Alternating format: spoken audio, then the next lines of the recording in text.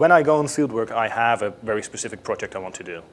But unlike a traditional fieldwork situation, I will take on many other projects while I'm there. And some of them I prepare way in advance, but some of them actually happen while you're there. So for instance, I went to Sudan a couple of times where I joined an archaeological mission. And while we were on the mission, I found other interesting topics to look at. So when I come back, I have not only participated in the archaeology in this case, but I've also done some linguistic fieldwork, or I've done some DNA collecting of the population there, or I looked at the games they play. The thing is, if you do the type of research that I'm doing, in the end you would like it to have something in common.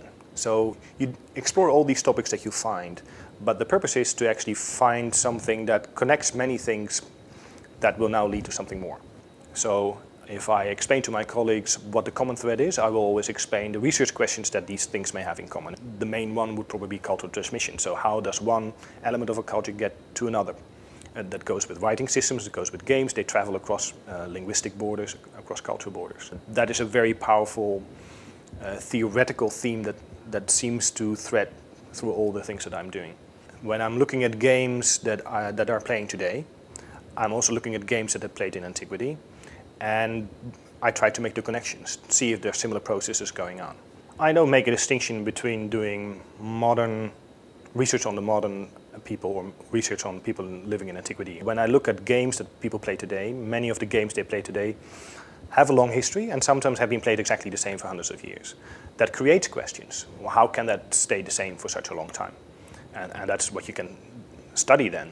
Sometimes you go somewhere and you see people doing things and you want to document it. And there are several ways. So in cultural anthropology, it's usually interviews that you do. It's asking particular kinds of questions or having people talk to you, making notes of that.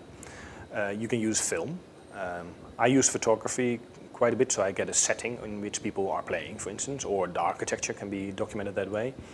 But I also like to do experiments. And I like to do questionnaires. And all of those give a different perspective on what you're looking at in the field. So I like being in very many different disciplines, so I can use all those if I need to figure out what's going on. As soon as you do that, you find that it is extremely productive, that this is actually interesting and that it leads to interesting elements next to the thing that you were going there for in the first place. You cannot get a sense of Sudan all by yourself. You need many other people. But if you only go there for the one thing that you know, you left a lot of opportunities out, both for yourself and for other people to build on.